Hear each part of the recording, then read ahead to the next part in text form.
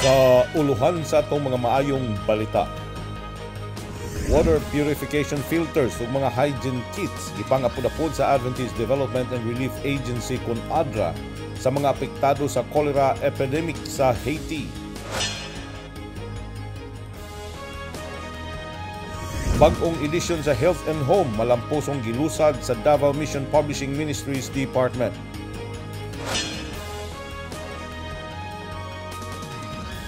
Pagpalambo sa espirituhanong relasyon sa mga magtiayon, sentro sa mga lektura sa gipahigayon nga Ministerial Couples Retreat sa Davao Mission. Mas Amigos o Movement of Adventist Students, Adventist Ministry to Colleges and University Students sa University of Mindanao Main Campus nakigduyog sa Youth Fellowship Program sa Davao Urban District. Libreng serbisyong medikal alang sa mga persons deprived of liberty or PDL sa Davao City Jail. Gidalit sa Health Department o Health Ministry sa Davao Central Seventh-day Adventist Church. Seventh-day Adventist Churches palibot sa Marilog A nagsaulog sa Pastors Appreciation Month duyog sa ilang District Fellowship Program.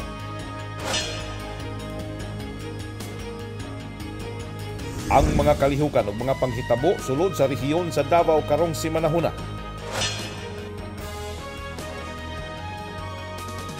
Sa atong Story of Hope, ang sugilano ni Angelito Cadinas gikan sa Mati Claveria, Misamis Oriental. Kini ug uban pa dinhi lamang sa Adventist News Weekend.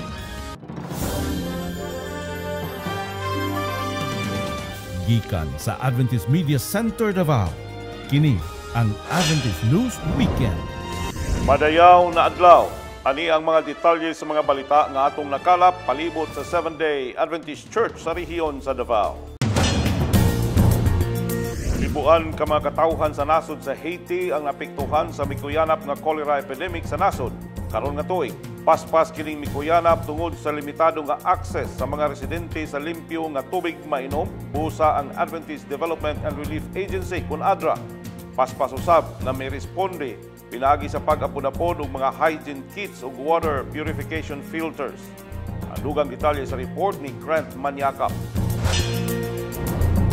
Adventist Development and Relief Agency kun ADRA sa Haiti baguhay lamang nga nag-apod-apod sa gatusan ka mga water purification filters ug hygiene kits ngadto sa kapin 700 ka mga pamilya tungod sa cholera epidemic nga mingkuyanap sa mao nga dapit. Matod pa ni Mirline Jean-Pierre, ADRA Haiti Country Director, mingingon nga daghan ang mga naapektuhan nga mga pamilya sa mao nga epidemic. Tungod usab sa kakulangon sa akses sa hinlo nga tubig mainom. Ang tabang sa ADRA naghatag og dili kabalsan nga pagserbisyo diin kini nga ahensya nakatabang sa mga katawhan sa ilang mga panginahanglan sama sa limpyo nga tubig, pagkaon ug mga hygiene kits aron sa pagsugpo sa pagkaylap sa maong balatian. Ang ADRA Haiti magapadayon sa pagmonitor sa daghang mga rehiyon sa mga dapit aron nga masiguro ang mga panginahanglan ilabi na sa mga volunteers, teams ug mga kauban nga nagigtambayayong dedikado kaayo sa pagtabang aron nga makini nga inisyatibo mahimong malampuson. Alang sa Balitang Internasyonal, Grant Maniakap, Adventist News Weekend. Ikaw ba kapag laom naghandom ug malipayong kinabuhi? Suod nga relasyon sulod sa panimalay, lagsik ug maayong panglawas. Good news! Tungod kining tanan, pwede nimong mabasa ug mahibalan pinaagi sa libro nga Health and Home. Ug karon nga tuig, aduna kini bag-ong edisyon nga gilusad nga siguradong maghatag og paglaom kanimo ug sa imong tibok panimalay. Atong sayron ang mga detalye sa paglusad niini nga libro dinhi sa Davao Mission sa report ni Ayan Loriezo. Health and Home ang nasugnong journal alang sa maayong pagkinabuhi. Diin kini nagahatag og bililhon nga pamaagi alang sa maayong panglawas, malipayong panimalay ug lagsik nga kinabuhi. Busa niining adlaw Oktubre 18, 2023 gipahigayon ang Health and Home launching dinhi sa Davao Mission Headquarters, Bahada, Davao City. Gisugdan ang programa alas 8 sa kabuntagon, diin kini gitambungan sa mga literature evangelists, Area Publishing Ministry Leader o APML, mga direktor sulod sa teritoryo sa Davao Mission Headquarters. Sa wala pa ang pinasahi nga mensahe, gihatagan og higayon ang mga nakapalit sa pinatik nganong sila ganahan man sa Health and Home nga libro. Ganahan lang ko sa Health and Home kay naana diri tanan about sa health, about sa panimalay, relationship sa family, relationship sa mga anak, and the community as well as friends. Makumpleto ang imuhang kinabuhi kung naga-subscribe ka o nagabasa ka nining Health and Home. Naapo diri amang encouragement about the verses in the Bible. You will encounter God in this book through the testimonies featured. Ako akong pasalamat ining Health and Home o ang tanan nga mga na-involved ni ini. Ang lansing sa Health and Home, ikaduha pa lang yun ni siya nahitabo karong tuiga. Last year naghimo tag lansing, karon mao ni ang ikaduhang lansing. Sukad nga nahimo sab nga bag-o ang atong buhatan sa Philippine Publishing House, bag-o pod ang atong presidente.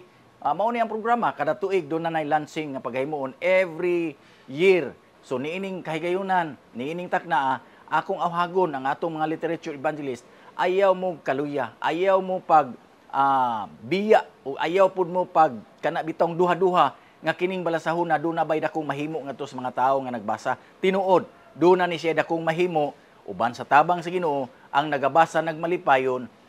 Kung ikaw nga naghatod nagmalipayon, mahimo sab kang panalangin dito sa mga katawhan nga imong gihatdan niini.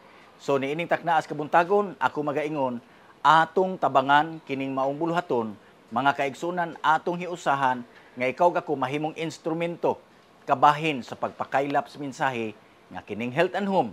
Ingon nga ikaw ako sakop niining Iglesia Adventista, ikaw kabahin niining maong buhat. Ato kining tabangan nga mahimo kang panalangin ngadto sa uban. Pagpalit og imong kaugalingong Health and Home, kung mahimo, himuang regalo ang imong Health and Home ngadto sa uban ug imo na pong batnan ang lain pa aron nga sa ingon ni ana mahimo kang panalangin. Human gipasantop ni Davao Mission Executive Secretary Pastor David Bernales ngadto sa mga magtatambong ang kamahinungdanon nga pagbasa ug pagsunod sa lakang sa maayong panglawas. Karon na ang panahon nga atong kabuton ang mga anaa sa kabukiran ug anaa sa mga syudad aron pagpakaylap sa maayong balita. Pinaagi sa mga pinatik sa manining Health and Home. Kinahanglan nga dili na maglangay tungod kay ang takna sa pagbalik sa Ginoo hadul na. Gikan dinhi sa Davao Mission Headquarters, Ayan Dan Lorieso, Adventist News Weekend. Sa katuyuan nga mahimong mas epektibo ug malipayon ang pagserbisyo sa mga ministro kauban ang ilang mga kapikas sa kinabuhi ngadto sa Dios ug sa iyang mga katawhan. Gipahigayon sa buhatan sa Davao Mission ang duha ka adlaw nga Ministerial Couples Retreat alang sa pagpaligon sa kaminyoon ug padayon sa pagbansay sa mas epektibo nga pagserbisyo sa simbahan. Ang dugang detalye sa report ni B. Jazreel Labajo. Sa usa ka hiniusa ka pagtuo o kahinam sa magtiayon diha sa pagministeryo gikan sa Davao Mission of the Seventh-day Adventist na nagkatigom ang mga magtiayon alang sa usa ka Ministerial Couples Retreat. Ang panagtigom gipahigayon gikan Oktubre 20 hangtod 22 sa Camp Holiday Resort sa Isla sa Babak, Island Garden City of Samal. Kini nakasentro sa tema nga partnership in the ministry brings joy and harmony uban sa katuyuan sa pagpalambo ug panagtimbayayong tali niini mga magtiayon diha sa buhat ug sa ilang mga pamilya. Kini nga katiguman nagtanyag og kombinasyon sa espiritualidad, koneksyon sa usa ug usa, kauban diha sa buhat pagministeryo ug personal nga kalambuan diha sa pamilya. Sa natad sa pagpang-ebanghelyo, ang mga ministro kauban ng ilang mga kapikas sa kinabuhi mao ang nagtinabangay ug nagdedikar sa ilang panahon aron maalagaran ang matag membro sa iglesia. Apan bisan pa niini, ang mga magtiayon dili makalikay sa mga pagsulay ug mga hagit dala sa ilang tagsa-tagsa ka mga sangod sa pag-ebanghelyo. Tungod niini, gimugna sa Ministerial Spouses Association, Ministerial Department ug Family Ministries sa niining buhatan ang panagtigom aron sa paghatag ug pagtagad sa mga tagsa-tagsa ka mga panginahanglan sa mga magtiayon, partikularmente sa paghatag og mga pamaagi sa pagpalambo sa ilang relasyong espirituhanon sulod sa pamilya ug sa iglesia. I take it as a very memorable privilege and honor to be able to join with Davao Mission workers for their Ministerial Couples Retreat. O nalipay kay kung nagtanaw sa naong, nagkadaiya mong na mix ang mga new generation, nga mga ang uban bago pa kaayong naminyo, ang uban nangaraan na sad kayo sa ilang kasinatian ingon nga managtiayon sa ministeryo, apan sa atong kasinatian diri in more than 24 hours together, gikan sa Davao Mission Office hangtod nga rin sa Samal Island, nakita nako nga hilabihan ang enthusiasm sa atong mga ministers. So may all the couples who have come and joined this seminar enjoy and face the challenges when they will finally go back to their fields and serve the people whom God asked them to take care. Thank you. Ang atong pagpaghihinabi ni Pastor Edwin Golfan usa sa mga dinapit nga mga magsusulti niini nga programa. Sa maong panagtigom, gipahigayon ang mga lektura, paghatag og tambag og pagsulbad sa mga komplekto ug mga posibleng mahitabo diha sa relasyon. Matag magtiayon, giawhag sa pagpahat sa ilang mga eksperyensya o giunsa nila sa pagsulbad sa ilang mga suliran labaw sa tanan. Giawhag ang magtiayon sa pagsiguro sa ilang mga pamilya sa pagsalmot sa pag-ebanghelyo, isip suporta sa pagduso sa pagpakaylap sa maayong balita.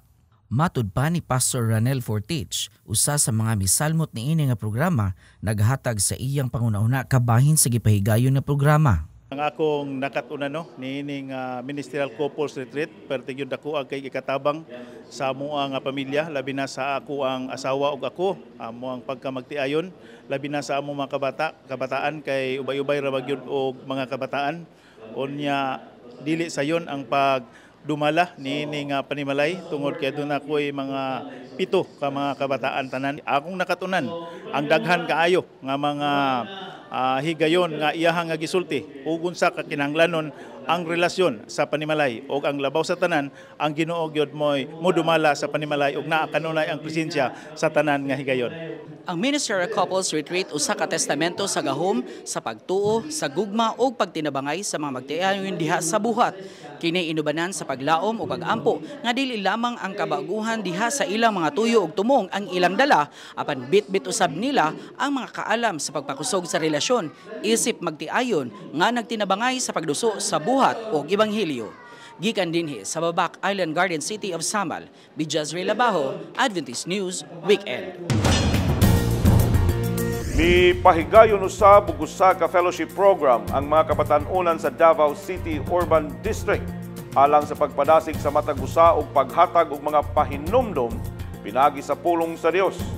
Nakigluyo usab kanila ang mga miyembro sa Mas Amigos University of Mindanao Main Campus Chapter pinagi sa pagdala niini sa tibuok programa sa hapon. Ani ang report ni Christy Loren. Be thankful, be united, and God's love we are bounded. Tema nga gipaygaran sa Youth Fellowship sa Matina Pangi SDA Church adlang Sabado, Petsa 21, 2023 aron sa pagtapok og paghiusa sa mga kabatan-unan sakop sa distrito sa Urban.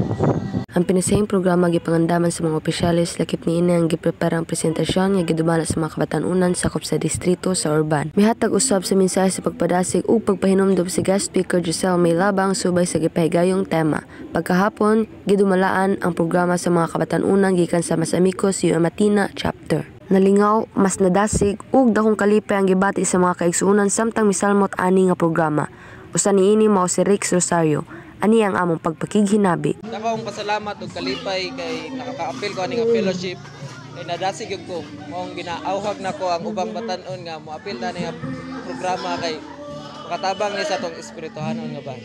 Ani usab ang tipik sa pagpakighinabi sa usa sa mga elder sa Matina Pangi SDA Church, Elder Mac James Dulos. Dako kayo ko nga kalipay din ang ato nga mga kabatan-unan sa Urban District naghigayon sa ilahan nga youth fellowship din sa iglesia sa Pangi. Sa ngalan sa ato nga mga kaigsuonan din sa iglesia sa Pangi, welcome yun kayo, no, ang ato nga mga batanon. Kuni ako pod nag-auhag nga sa tanan nga mga kabatan-unan nato sa ato nga Urban District. Moapil gyud ta sa ani nga mga activity o ani nga programa aron madasig ta. No, yan daghan gyud kayo magmakaila. Ang Diyos magapanalangin kaninyong tanan. Matud pa sa sinulat sa Mateo 18:20 kay din gani ang duha kun tulo magatigom sa akong ngalan ana ako sa ilang taliwala. Sa ngalan sa Davao City Urban District Youth of Davao Mission, Christy Loren, Adventist News Weekend. Nagkahiusa ang mga departamento sa Jail Ministry o Health Ministry sa Davao Central Seventh-day Adventist Church sa paghatod og libreng serbisyong medikal alang sa mga PDL kon persons deprived from liberty sa Davao City Jail Annex.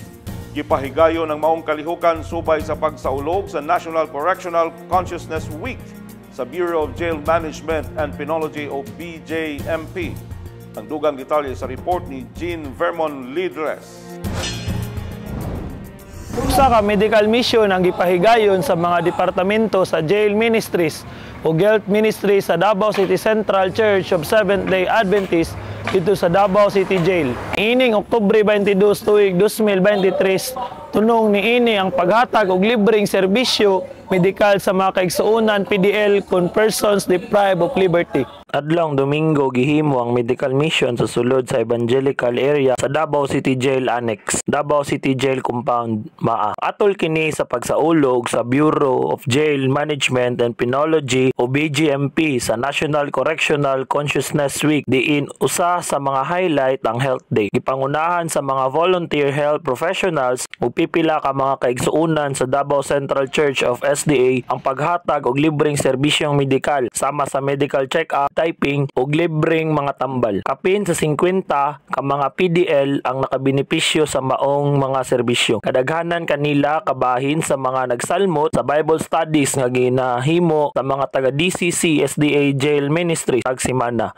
Matod pa ni JO1 Edwin Bumatay, liaison officer, sila malipayon og mapasalamaton sa presensya sa mga Seventh-day Adventist tungod sa ilang aktibong pagtubag sa mga panginahanglan sa mga PDL, dili lang sa espirituhanong bahin apan lakip na usab sa maayong panglawas. Seventh-day Adventist is a very active din sila no na mga religious providers, not only spiritually but also addressing the needs of our persons deprived of liberty, in which Davao City Jail Annex is a special need jail, no? Nadiri tanan ng mga masakiton, no? Kailangan og kanang mga health needs, no? So aktibo pod niya nga tuwang Seventh-day Adventist in health promotion and prevention, no? By conducting medical mission. So again, in behalf sa among warden diri, si Jail Chief Inspector Erwin Biesden, nagpasalamat mi sa inyo kanina Seventh-day Adventist Medical Mission. Kini dili lang niya mao ang katapusan, but unta muhangyo mi og magampo na kini magpadayon. Atong pasalamatan usab ang mga kaigsunan dinhi nga nagsuportar nini, labi na ang mga BJMP nga mga Adventista nga naa sa sulod sa Maa City Jail na nagpasilitate nga mahimo nato ang atong pagtabang sa mga piniriso, pinagi sa ilang mga balatian ug paghatag po nila og mga medisina alang sa ilang sakit. Adunay himuon nga bautismo dito sa sulod sa Maa City Jail. 39 ka buok ang nidawat sa Ginoo ug sa kinasingkasing sila gyud nagsubmit sa ilang kaugalingon nga magpabautismo sila. Kini nga programa o kini nga buluhaton nilungtad na sa sobra 23 ka tuig nga nagpadayon hangtod karon nga pinaagi sa pagtabang nini malampusod kini nga makahimo kini og dakong kalambuan sa mga piniriso nga makaplaga nila ang kaluwasan pinagi sa Ginoo. Ang maong medical mission kabahin sa programa sa DCC SDA Jail Ministries ubos sa ilang katuyuan nga makahatag og serbisyo og labaw sa tanan pagpahibalo sa dakong gugma sa Ginoo sa mga kaigsuonan na wad-an og kagawasan. Gikan dinhi sa Davao City Jail, kini si Jean Vermon Lidres, Adventist News Weekend. Nagkahiusa-usab ang mga kaigsuonan gikan sa mga Seventh-day Adventist Church palibot sa Marilog A District, Davao City sa pagpanghatag sa ilang pasidungog ug pagpasalamat sa ilang district pastor atol sa ilang district fellowship program. Usa kini ka pinasahi nga adlawng igpapahulay alang sa mga miyembro sa maong lokal nga mga simbahan tungod sa maong selebrasyon o sa mga mensahe nga ilang nadunggan nga nakahatag og kadasig sa ilang pagtuo niining hinapos nga mga panahon. Ang dugang detalye ihatod kanato ni Rose Parilla. Nahimong pinasahi ang adlaw igpapahulay na ang mga kaigsunan palibot sa distrito sa Marilog, Iga, Pahigayon ug District Police uban sa pagsaulog sa Pastors Appreciation Day dinhi sa Kabigbihisan Seventh-day Adventist Church sa tumo nga ang Kristohanong panagtigom maanaa ug ang pagdinasigay magapadayon. Sukman ang maong dapit ug malisod ang agianan apan wala kini makababag sa kainiton sa pag-alagad nga may resulta sa sobra 80 ka mga kaigsunan nga nakigduyog sa maong panagtigom alang sa pagdayeg sa atong buhi nga Dios. Gisaysay ni Pastor Dominador Tipdas, ang kasamtangang publishing director sa Davao Mission, ang mahitungod sa publishing program ug unsay kahimuan ini sa matag iglesia. Ang atong pagpakihinabi ni Pastor Dominador Tipdas. Ang ato ang katuyuan dinhi mao ang pagpakigduyog sa ato mga kaigsunan sa pagsimba diha sa Ginoo. Karong adlaw mao ni ang gitawag Hope Impact, no? Paghimo tas panghatag ni mga balasahon nga ato sponsoran mga kaigsunan aron nga kini maong mga panimalay makahimos pagdawat sa mensahe. Dugang pa niya sa matag depekto sa atong kinaiya diha nato masabtan nga mas nagkinahanglan kita ni Kristo ug aduna kitay katuyuan ni ining kalibutan. Nag-awhag usab siya sa pagbasa sa libro sa Great Controversy o dakong away nga naghisgot sa panghitabo tali sa dautan ug sa maayo ug dinhi usab nato masabtan ang gibuhat ni Satanas nganong dili kita maandam sa pagbalik sa Ginoo.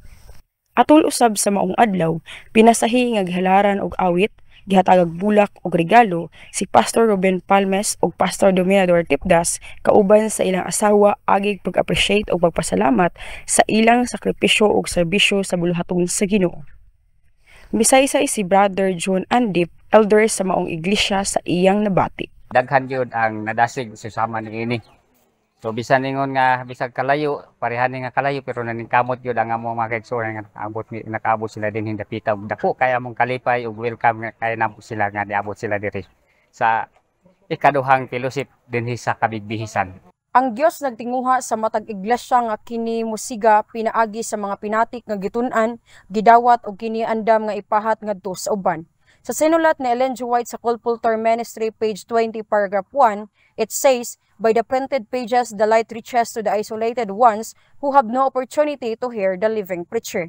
Gikan dinhi sa Sitio Kabigbihisan, Barangay Salaysay, Marilog District, Rose Parilla, Adventist News, Weekend. Ani ang uban pang mga kalihukan sulod sa Davao Mission karong simanahuna. Mga miyembro sa Seventh-day Adventist Church sa Malacoma B, Babac District madasigon nga nag-apod-apod sa mga basahon ug aktibo usab na nanguna sa Brand Sabbath School program sa simbahan. Sa Matanao Seventh-day Adventist Church sa Davao del Sur, madasigon usab ang kaigsuunan nga nag-distribute sa mga balasahon atol sa pagsaulog sa Hope Impact 2023. Samtang sa Talos District, Sarangani Province, mga kaigsuunan sa Lower Biangan Seventh-day Adventist Church, wala usab gipakyas ang pag-apil sa tinuig nga pagsaulog sa Hope Impact 2023.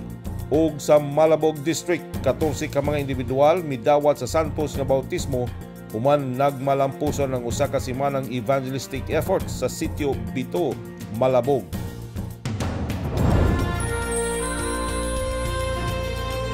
Sa atong Story of Hope karong adlaw, ani ang sugilano ni Angelito Cadinas, lumulupyo sa Mati, Claveria, Misamis Oriental, usa ka literature evangelist nga kaniadto na isalaag sa mga dili maayong binuhatan ug karon aktibo na sa pagsangyaw sa maayong balita pinagi sa mga pinatik. Atong sayro ng iyang sugilanon kauban si Donabel Espinosa.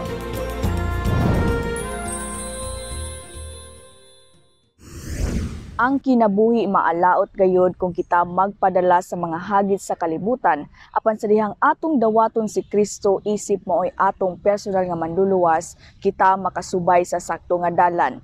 Ug karon mga kapaglaom atong sayron ang sugilanon ni ining usa ka batan-on nga sa dihang iyang gibiyaan ang pangkalibutanon nga mga butang siya aktibo sa pagpakaylap sa maayong balita pinaagi sa pag-literature evangelist.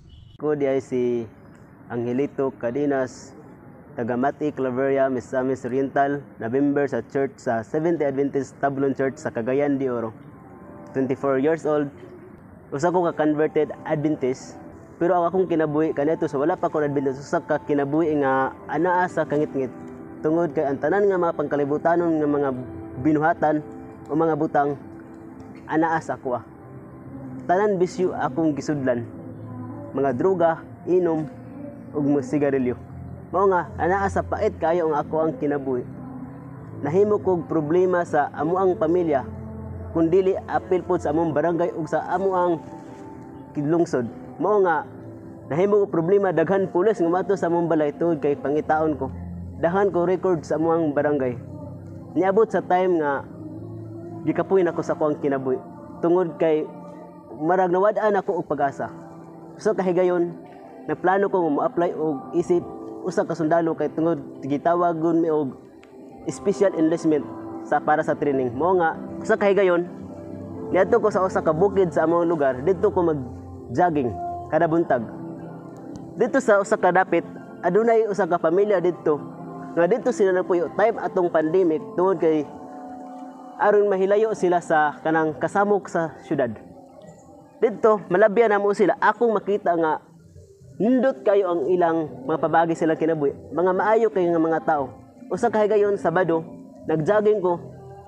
Ladunggan ako ang ilang pulo nga Happy Sabbath. Mo nga kato nga pamilya na curious kay ko. Unsa ambot pasabot atong ilang gingon ug unsa sila ka klase nga pamilya tungod kay ganahan kay ko sa ila. Dayon pagbalik namo sa among barangay, nakasala na pug ko. Tungod kay nang hilabot mi og saging sa among silingan mo to gitagaan na pud mig sumon. Mo nga ni sibat na pud ko sa dito sa syudad sa Cagayan. Pag abot na ako dito sa Cagayan, night time nga hubog kayo ko. Sayo sa buntag sa Sabado. Nangita ko og sabaw para maulian ang akong ginhawa nga gibati nga lain kistanan. Nakalabay ko sa church sa simbahan nga Seventh-day Adventist ug nadunggan ako ang Happy Sabbath. Ug natingala ko kaang nadunggan ako sa bukit ug nadunggan ako atong adlaw. Mao ang akong nadunggan nga ganahan kay ko. Mao nga nakadesisyon ko nga mohapit. Ug didto naminaw ko sa ilang pulong ug katong adlaw uban sa tabang sa Ginoo nadawat nako si Ginoong Hesus. Nagidawat ako ang santo nga bautismo. Ug pipila lamang ka semana ang milabay. Gitawag ko sa Dios isip usa ka literature evangelist gibutang ko na sa department sa Philippine Publishing House. Ug dito nagsugod ang akong pagserbisyo da sa Ginoo sa pagpaglakaw ngadto sa mga lanlain nga mga dapit aron sa paghatod sa maayo nga balita pinaagi sa mga pinatik. Apan daghan nga mga pagsulay nga akong naagyan. Mga objection sa mga lain-lain nga mga tao. Mao nga grabe ang pag-antos sa diya nga nakaabot ko sa bulaton sa Ginoo. Apan uban sa tabang sa Ginoo gigunita nako ang iyang mga saad nga siya magauban samtang kami magabuhat sa iyang bulaton. Ug hangtod karon nagapadayon nagserbisyo ngadto sa Ginoo. Mo nga mapasalamaton kay ko sa Dios nga iya kong gitawag bisan pa man asa ana ako sa kagitgit kaniadto. Apan iya kong gitawag o gani ako nagbadayon. Ang ako lang masulti sa mga viewers labi na sa mga batanon nga naminaw. Pag anaay opportunity nga magtawgon mo sa bulaton sa Dios, ayaw niyo balibari. Kay tungod ang Dios iya mong i-motivate dira sa buhat. Iya mong nga mataas ang inyong makahibalo ug mas maligon ang inyong pagsali ug pagtuo ngana kaniya. Ug ang inyong pagpangalagad mas maligon. Ang proseso sa pagtawag sa Dios sa matag usa ka nato aron kita malangit maoy pinakadindot nga pamalandungon nga bisan anaa ka sa kangitngit apan ang iyang saad nga siya maoy mag-iwag kanato aron kita makakita sa kahayag. Kini si Donabel Espinosa alang sa atong Story of Hope. Hangtod sa sunod nga higayon. Kapaglaom, hilabi na sa atong mga kabatan-unan nga naglantaw karon. Hapit na ang sangguniang kabataan kon SK elections. Naalabatay napili nga iboto. Una ka mupili paminawa usa kining pipila ka mga mahinungdanon nga mga pahinumdom gikan kang Teacher Michael Dihanio. So ginlimi, Teacher Michael.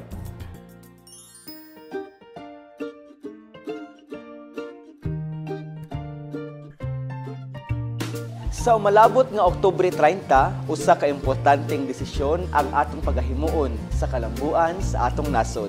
Ang 2023 Barangay and Sanggunian Kabataan Election pagahimuon sa matag lugar sa Pilipinas. Nasayod ka ba nga pwede nang makabotar ang 15 anyos pataas? Matod pa sa Commission on Election kon COMELEC, anaa sa 23,254,313 ka mga rehistradong botante ang mahimong mubutar sa SK elections nga anaa sa 15 ngadto sa 30 anyos. 67,839,776 usab ka mga rehistradong botante nga labing menos 18 anyos ang mahimong mubutar sa barangay elections. Nasayod ka ba nga ang pagboto usa ka tawhanong katungod? Ang Article 5, Section 1 of the 1987 Philippine Constitution nagkanayon, suffrage may be exercised by all citizens of the Philippines, not otherwise disqualified by law, who are at least 18 years of age, and who shall have resided in the Philippines for at least 1 year and in the place wherein they propose to vote for at least 6 months immediately preceding the election. Usa ikaw nga naminaw karon, ayaw usi ka ang imong pagboto, parehistro na. Ang Pilipinas adunay 42,027 ka barangay sa 148 ka syudad ug 1,486 ka lungsod para sa barangay elections. Ang mga botante mahimong mubutar sa usa ka punong barangay ug usa ka SK chairperson ug 7 ka miyembro sa sangguniang barangay o sangguniang kabataan. Kapag laom ang proseso sa eleksyon, importante kaayo kung apil na sa formal nga pagdesisyon sa pagpili sa individual nga mudagan ubos sa kinatibuk-ang balaod aron sa pagserbisyo sa katawhan. Apan ang Ginoo adunay pahinumdom kanato. 1 Timothy chapter 2 verses 1 to 2 it says, I urge then first of all that petitions, prayers, intercession, and thanksgiving be made for all people, for kings and all those in authority, that we may live peaceful and quiet lives in all godliness and holiness. Ang pagboto usa ka personal nga buluhaton. Isip miyembro sa usa ka nasod, kinahanglan nga gamiton gyud ang demokratikong katungod sa pagpili sa mga tawo nga mangulo sa maong nasod. Una, kinahanglan nga mubutar nga maalamon. Ang miyembro kinahanglan nga dili mubutar gawas kun iyang gisusi ang matag kandidato ug ang boto kinahanglan ihatag ngadto sa usa nga nagpakita nga siya tinuod nga adunay interes sa nasod sa kasing-kasing ug dili lamang alang sa personal nga ginansya. Ikaduha, kita kinahanglang magpadayon sa moral ug etikal nga mga prinsipyo sa dihang mubutar. Ang mga miyembro kinahanglan dili mag-link sa simbahan sa bisan kinsang partido sa politika. Ang simbahan sa Dios dili isagol sa bisan unsang kalibutanon sa bisan kinsa nga miyembro sa simbahan. Sa pagtapos sa panahon sa pagboto, ang mga tawo nga dili parehas nimo sa politika kinahanglan gihapon nga makadungog sa ebanghelyo. Daghang salamat kapag laom sa imong pagpaminaw. Hinaot ni ikaw, may nakatunan. Kini si Michael Dihanyo, hangtod sa sunod nga higayon dinhi lang sa Nasayod Ka Ba? Atong styro ng kahimtang sa panahon karon ug sa mga malabot nga mga adlaw kauban si Elena Marie Katoliko.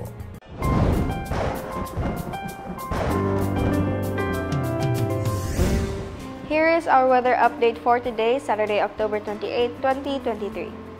Northeast monsoon is affecting areas in northern and central Luzon, such as the Ilocos region, Cordillera Administrative region, and Cagayan Valley.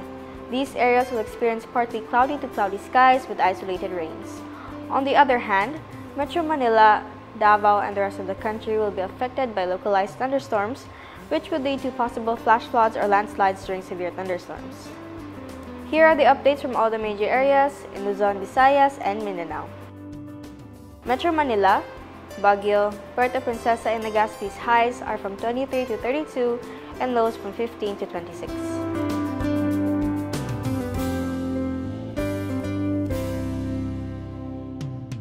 In Cebu City, Iloilo, and Tacloban, highs are at 31 to 32 and lows at 23 to 25.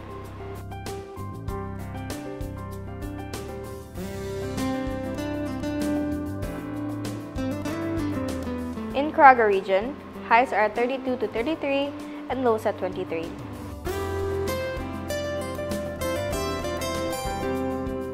Northern Mindanao's highs are at 32 and lows at 24.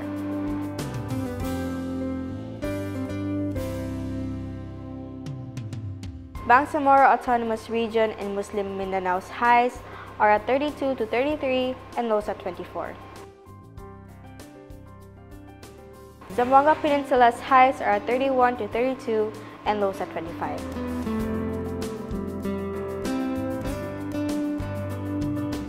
In the Davao region, highs are at 32 and lows at 25.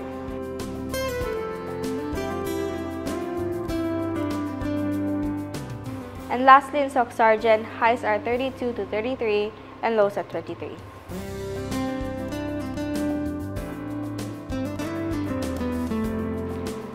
Sunrise today was at 5:24 and sunset at 5:18.